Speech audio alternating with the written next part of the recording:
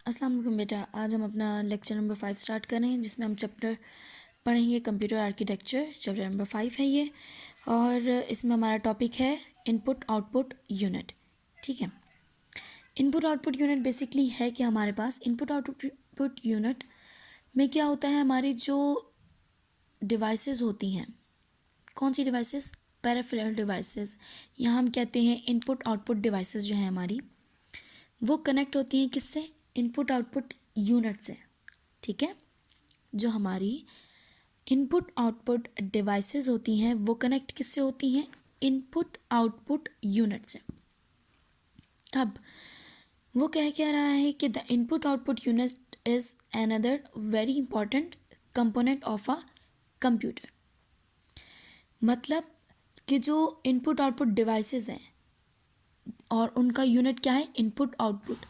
वो क्या है? बहुत इम्पॉर्टेंट है। किसके लिए? कंप्यूटर के लिए। अगर मैं आपको कहूँ कि आपके पास एक कॉपी है, ठीक है, उस पर आपने कुछ लिखना है, मैं कुछ स्टेटमेंट्स देती हूँ आपको कि आपने मुझे ये लिखना है और चेक करवाना है, लेकिन मैं आपको सिर्फ कॉपीज़ देती हूँ, आपको पेन, पेंसिल, मार्कर, पॉइंटर कुछ भी नहीं देती। ठीक है, मैं सिर्फ आपको एक कॉपी देती हूँ, लेकिन उसके साथ लिखने के लिए कोई भी ऐसी चीज़ नहीं देती जिससे लिखा जा सके। तो क्या आप लिख सकेंगे? ऑब्वियसली नहीं। ठीक है, आपके पास जब लिखने के लिए कुछ है ही नहीं तो आप नहीं लिख सकेंगे। तो आप करेंगे क्या? आप ब्लैंक पेज मुझे पकड़ा देंगे, आप मुझे कहेंगे मैम मेरे पास तो कुछ नहीं है, मैं नहीं लिख सकता, यानी उस पर वर्किंग ही नहीं हो सकती। इसी तरीके से अगर कंप्यूटर के पास माउस नहीं होगा तो क्या वो अपना कोई फोल्डर ओपन कर सकेगा? क्या उसके पास वो नहीं है, कीबोर्ड नहीं है, तो वो कुछ लिख सकेगा, कोई फोल्डर बना सकेगा, कुछ डॉक्यूमेंट बना सकेगा? नहीं। क्यों नहीं? क्योंकि उसके पास इनपुट आउटपुट डिवाइसेस नहीं है। क्या उसके पास अगर मॉनिटर नहीं है तो हमें कोई फाइल शो करवा सकेगा? नहीं करवा सकेगा, क्योंकि उसके पास इनपुट आउटपुट डिवाइस नहीं है। अब उसने कहा है कि हमारे पास बहुत सी डिवाइसेस हैं इनपुट आउटपुट की, और वो डिवाइसेस कौन कौन सी हैं? वो डिवाइसेस हैं कीबोर्ड, माउस, डिस्क। ये सारी हमारी क्या है? Input output devices. ये सब हमारी इनपुट आउटपुट डिवाइसेस है। नेक्स्ट वो क्या कह रहा है? These devices are different from another in their organization. क्या आप लोग कह सकते हैं कि कीबोर्ड माउस जैसा लगता है, माउस जॉयस्टिक जैसी, और जॉयस्टिक प्रिंटर जैसा? कह सकते हैं? नहीं, बिल्कुल भी नहीं। क्या आप ये कह सकते हैं कि इनकी वर्किंग सेम है? बिल्कुल भी नहीं। नहीं है ना। देखिए, ये देखने में भी एक जैसे नहीं लगते, इनका काम भी एक जैसा नहीं है। तो वो क्या कह रहा है कि these devices are different from another. ये एक दूसरे से क्या है? डिफरेंट है। और वो कह रहा है ऑर्गेनाइजेशन में, या कह सकते हैं कि इसकी जो वर्किंग है उसमें भी ये क्या है?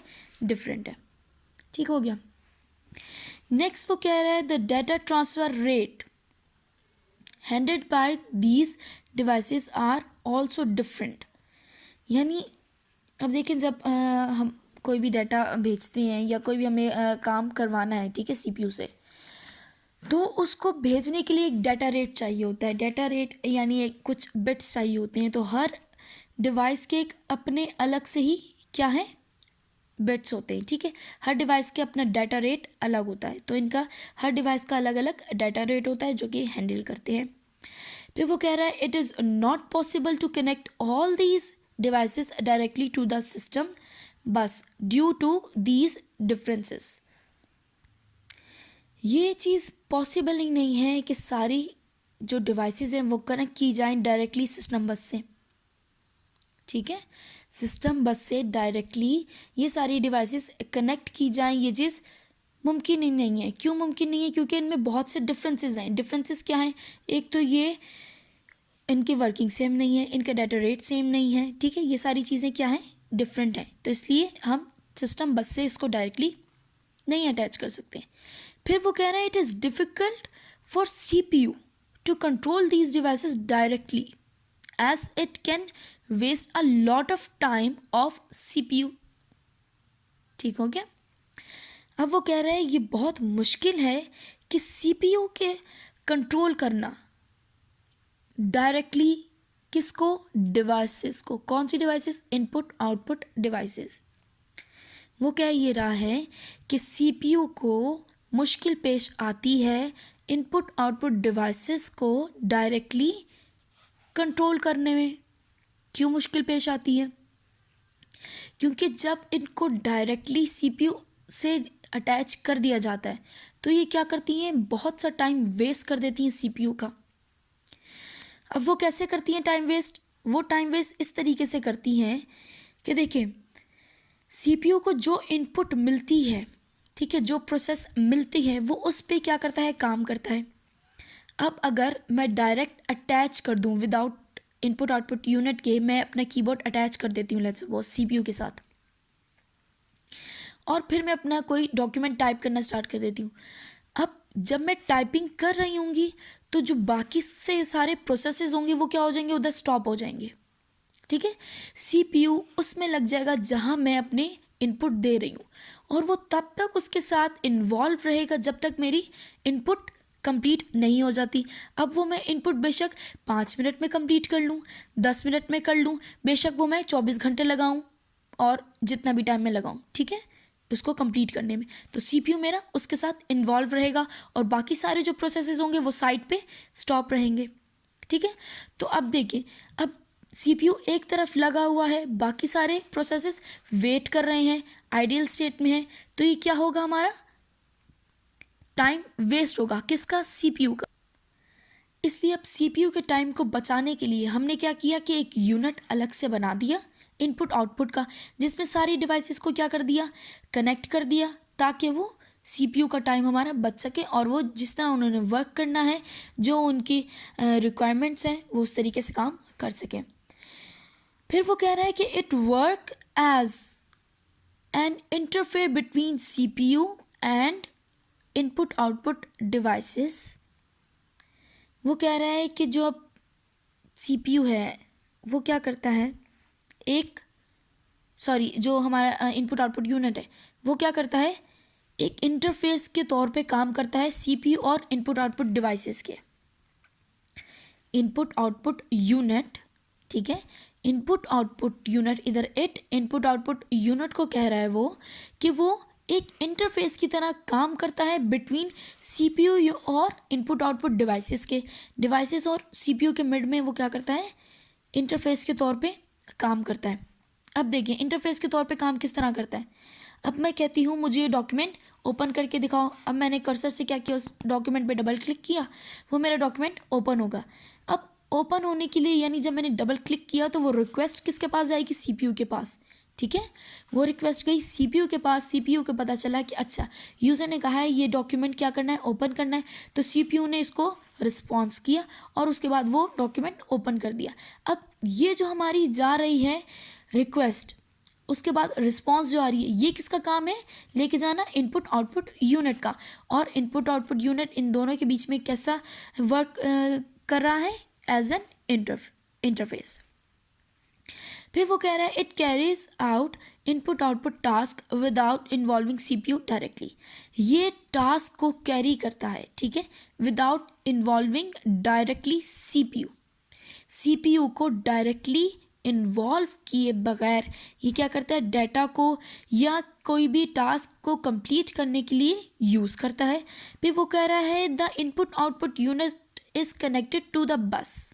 ठीक है, इनपुट आउटपुट यूनिट एक बस से कनेक्टेड होती है। ठीक है, ये एक सेपरेट बस होती है, सिस्टम बस नहीं होती, ये एक सेपरेट बस होती है जिससे इनपुट आउटपुट यूनिट हमारे कनेक्ट होता है। फिर ये कह रहा है the processor and all other devices are connected to the input output units.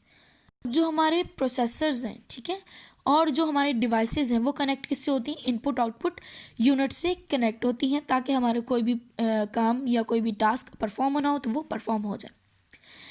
अब हमारे पास आती है responsibilities of input output unit. पहली रिस्पॉन्सिबिलिटी है it monitors the state of different devices attach to it. अब ये क्या करती है, स्टेटस देखती है। स्टेटस देखती है किसके, उन डिवाइसेस के जो उसके साथ अटैच्ड है। अगर मॉनिटर हमारे वो इनपुट आउटपुट यूनिट के साथ कीबोर्ड अटैच है तो कीबोर्ड का स्टेटस देखेगी, जॉयस्टिक अटैच है उसका देखेगी, फिर हमारे पास माउस अटैच है तो उसका स्टेटस देखेगी। अच्छा, अब आपको अगर आपने यूज़ किया और ध्यान दिया हो कि जब हम अपना CPU वो सॉरी PC या हम लैपटॉप यूज़ कर रहे होते हैं, ठीक है, हमने थोड़ी देर के लिए माउस पे से या टच पैड पे से हमने हाथ हटाया, ठीक है, और हमने माउस को मूव नहीं किया तो कर्सर थोड़ी देर बाद क्या हो जाएगा, गायब हो जाएगा, ठीक है, डिसअपियर हो जाएगा। अब इसका मतलब क्या है, जब तक वो शो हो रहा था वो एक्टिव स्टेट में था, यानी वर्किंग स्टेट में। इस टाइम वो शो कर रहा है, CPU को बता रहा है कि इस टाइम वो वर्क कर रहा है। जब वो वर्क नहीं कर रहा, स्टिल है एक जगह पे, तो वो डिसअपियर होकर शो करेगा कि वो क्या है, इस टाइम वर्किंग स्टेट में नहीं है, वो ऑफलाइन स्टेट में। ठीक हो गई ये बात। फिर नेक्स्ट हमारे पास पॉइंट आता है, it manages the speed difference between the processor end devices. अब ये क्या करता है, मैनेज करता है किसको, स्पीड को प्रोसेसर और डिवाइसेस के मिड में। आपने देखा होगा कि जब हम कभी यूज़ कर रहे होते हैं कंप्यूटर और हमारा जो CPU है वो ज़रा पुराने वक्तों का है, पेंटियम ले लें, और हमारे जो माउस है या हमारे कीबोर्ड है ये क्या है, थोड़े न्यू जनरेशन के हैं, एडवांस है। तो क्या होता है कि हम टाइपिंग कर रहे होते हैं या बाज़ दफ़ा ऐसा होता है हम टाइपिंग कर चुके होते हैं, लेकिन फिर भी वो हमें जो मॉनिटर है उस पर शो कर रहा होता है कि अब हमारे लेटर्स लिखे जा रहे हैं स्टिल, ठीक है। तो ये क्या होता है, स्पीड में डिफरेंस होता है। हमारे जो डिवाइसेस थी, ठीक है, इनपुट आउटपुट डिवाइसेस थी, वो ज़रा एडवांस थी, वो उनकी डाटा रेट स्पीड क्या थी, हाई थी, और जो हमारा CPU था उसकी इनपुट जो लेने की स्पीड थी वो क्या थी, वो स्लो थी, यानी वो जो है ना अब इतना अपग्रेड मॉडल नहीं था, तो वो अपने जो शो कर रहा था सारा काम वो क्या कर रहा था, स्लो शो कर रहा था, ठीक है। इसमें क्या शो करता है, यानी इसमें क्या बताता है, ये मैनेज करता है स्पीड को, difference between processor end devices. बेटा यहाँ तक अगर आपको समझ नहीं आया तो आप मुझसे पूछ सकते हैं, और कोई भी डिफ़िकल्टी हो तो पूछ लिया करें बेटा। होपफुली आपको समझ आ गया होगा। थैंक यू, अल्लाह हाफिज़।